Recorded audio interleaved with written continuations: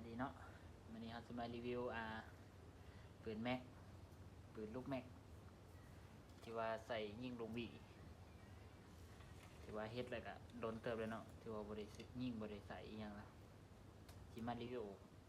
ให้เบิ่งเพื่อเป็นแนวทางเนาะถ้าผู้ใดอยากกินปืนแม็กนี่ก็คือ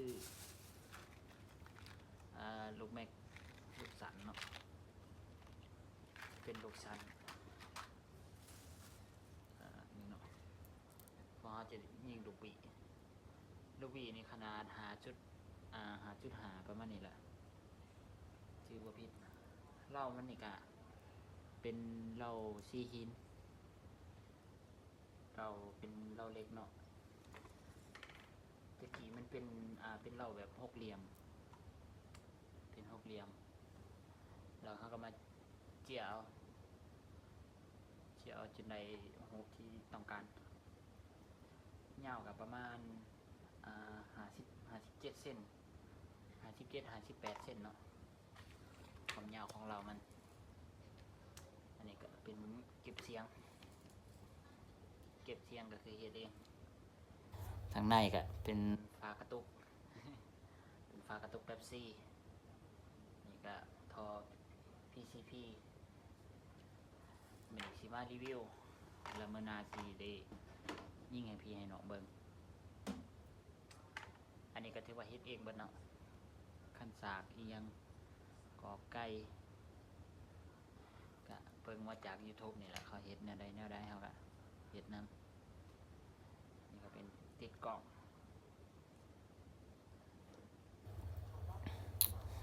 หางไฟในมันถือว่างามเฉพาะเฮาและมื้อหน้ามีเวลาเลยสิยิ่งให้พี่น้องเบิ่งมันมีลูกยาวนำกันนี่ลูกยาวเฮาสิบ่สุได้ยิงปานใดลูกยาวเนี่ยพอเสียงมันดังโพดส่วนหลายเฮาสิได้ยิงแต่ลูกสั้นนี่พอดี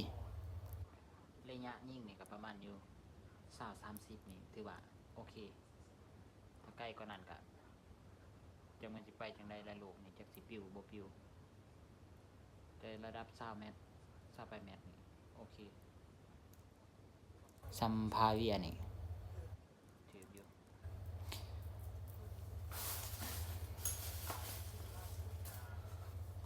เนาะนี่ก็เป็นลูกยาวเดี๋ยวสิเบิ่งให้เบิ่งลูกเรือนภายในของมัน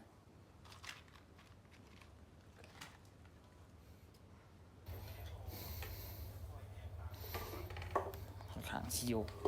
ลำบากหน่อยหนึง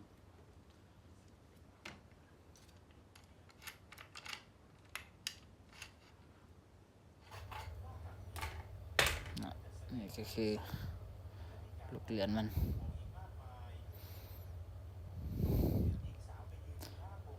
ซับมันนี่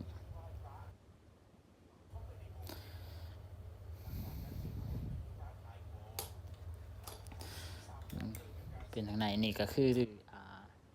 ซกรถจักรเนาะเรียบร้อยถือว่าพอดีกับเราเบอร์3ถือว่าพอดีเลยสุดใส่นี่พอดีแบบพอดีงามเลยแล้วนะถ้าว่าเป็นของเว็บจีนนี่มันจะใหญ่เล็กนี่มันจะใหญ่หม้อนี่ก็มันสีรวมนี่เป็นเราเบอร์3ใจเราซอสปริงอยู่ในเบิดที่ว่าพอใส่อยู่เผาสวนเผายัง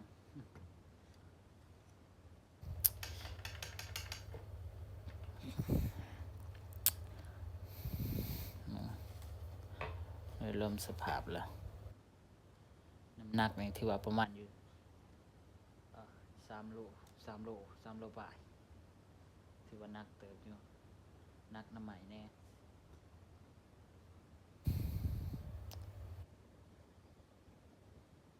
เสียงเขาเก็บเสียงไหนก็ถือว่าเงียบดีมันนะฮะ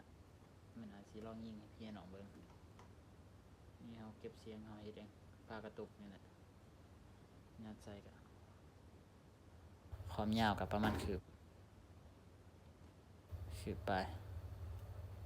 คืบคอหนึงนี่แหละทางก็บ่จื้อว่าเฮาแทกก็ตอนได้แทกเอาระยะเท่าใดมันสิมารีวิวให้เบิ่งเนาะตำแหน่งอุปกรณ์ทางนี้ก็เป็นกับลูกบีขนาดของลูกบีนี่เท่าไหร่วะมันคือบ่มีบอกในนี้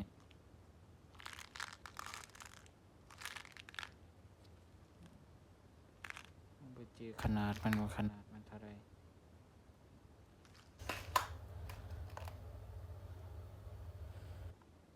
ลูกมันยิ่งลมลิ้นคือว่าโอเคเลยเนาะมันก็ได้ลายกับหนึงก็ประมาณเท่าใดล่ะบ่แพงดอกกับหนึงบ่ฮอดแสนดอก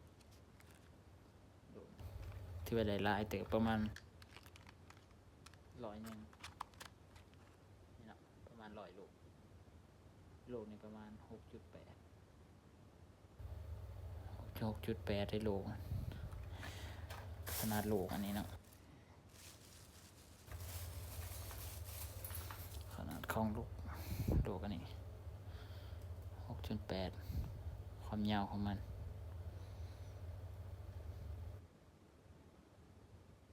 มันนี่ถือว่ายิงนกยิงยังนี่สบายมอนี่หัน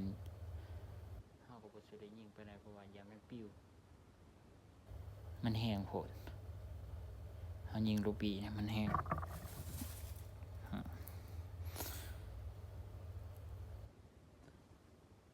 แล้วมื้อหน้าสิมายิงให้เบิ่งแล้วก็วิธียัดมันสิว่ายัดเข้าน้อยเข้าหลายซำใดบางคนก็ยัดบ่เป็นก็ยิงบ่ว่ากลลุกลแตกมันสิดอนออกมาใส่เฮาทั้งคืนบางเทื่อมันก็ออกมาทางนี้มันสิดอนออกมาทางนอกนี่บางคนยัดบ่เป็นเนาะให้เบิ่งเพียงเท่านี้ล่ะเอาไว้คลิปหน้าสิให้ยิงให้พี่ให้น้องเบิ่งประมาณ20 เมตร 28 เมตรสำหรับคลิปนี้ขอขอบใจ